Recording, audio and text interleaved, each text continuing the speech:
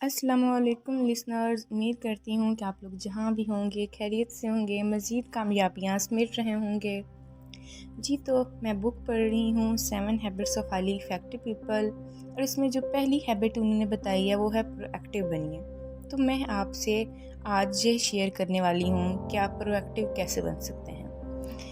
आप लोगों ने अक्सर लोगों से सुना होगा कि तुम कभी वक्त की पाबंदी नहीं करते, तुम हमेशा क्यों अपनी चीज़ों को तरतीब से नहीं रखते, तुम घोड़े की तरह खाते हो, ये इतनी सी सादा बात है और तुम्हें इसकी समझ नहीं आई। इस तरह के फिक्रात हमें अक्सर सुनने को मिलते हैं, और इनकी जो हम पहली वजह बताते हैं वो है कि जेनेटिक डिटर्मिनिज्म, कि तुम्हारे डीएनए में तुम्हें मिला है, तुम्हें विरसे में मिला है, ये इसलिए नस्ल दर नस्ल चल रहा है, तुम आयरिश हो इसलिए तुम्हें ज़्यादा गुस्सा आता है।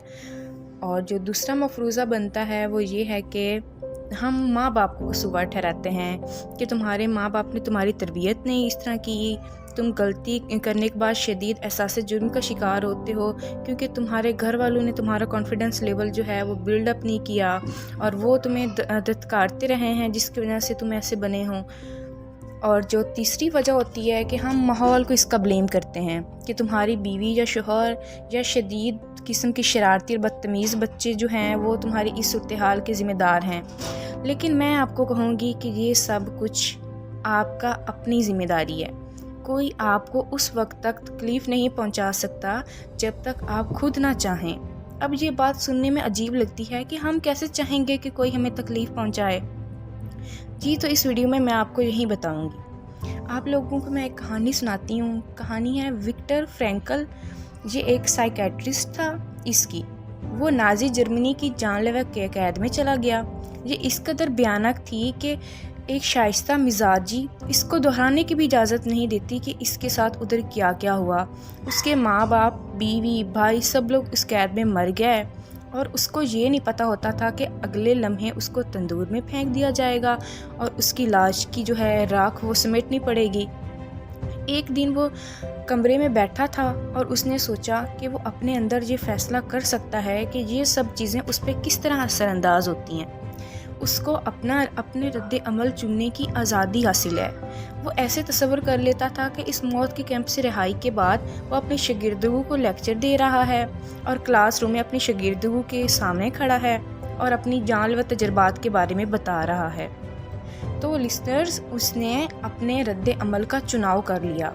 कोई आपको तकलीफ़ दे रहा है, तकलीफ़ तो दे रहा है, लेकिन ये सब आप पे मुनहसिर होता है कि आप उस तकलीफ़ के आगे से अपना रद्द अमल कैसे ज़ाहिर कर रहे हैं। असल में तकलीफ़ ही वही होती है जो आप अपना रद्द अमल ज़ाहिर कर रहे होते हैं। प्रोएक्टिव जो लफ्ज़ है ना, इसका मतलब है कदम उठाने से कुछ बढ़कर करना।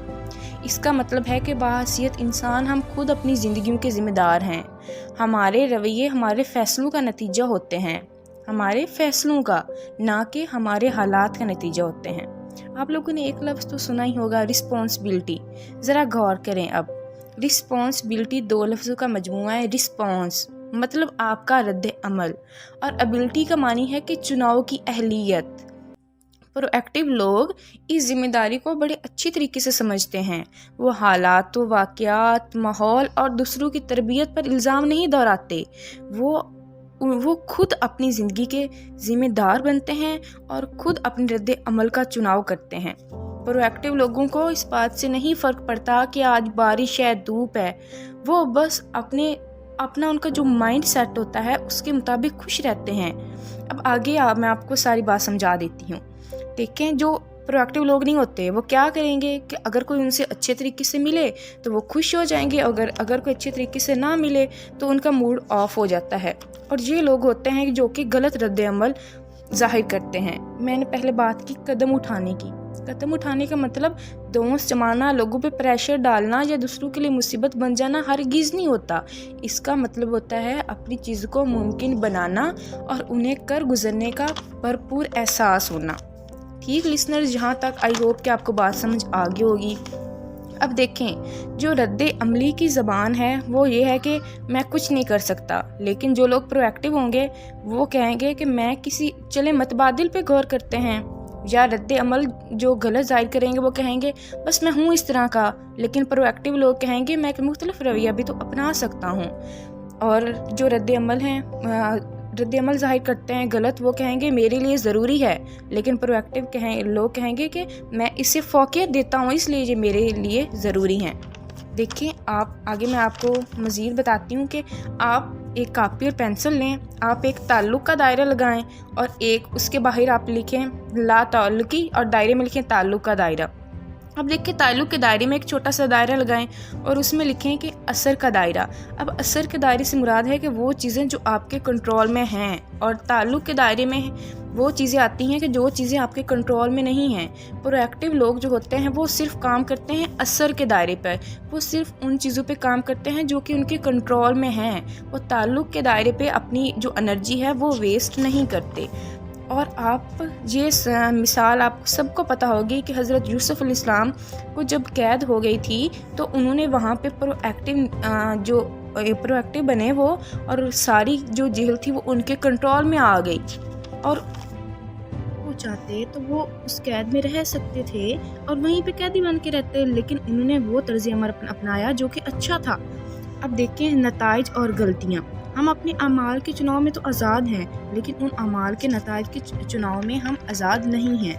اب میں آپ کو اس طرح سمجھاؤں گی کہ آپ نے شاید ماضی میں کوئی غلطیاں کر دی ہوں گی، شاید نہیں، ہر انسان سے ہوتی ہیں غلطیاں تو، لیکن اس غلطی کے بارے میں سوچتے رہنا اور اسی پہ پچھتاوا کرتے رہنا، یہ پرو ایکٹیویٹی میں نہیں آتا۔ پرو ایکٹیویٹی میں تو آتا ہے کہ آپ نے ایک بار غلطی کر دی ہے، اب صرف آپ کے مائنڈ میں یہ ہو کہ یہ غلطی ہم نے اگین نہیں کرنی، تو تب ہی آپ پرو ایکٹیو آپ کو کہا جا سکتا ہے اور آپ کامیاب ہو سکتے ہیں۔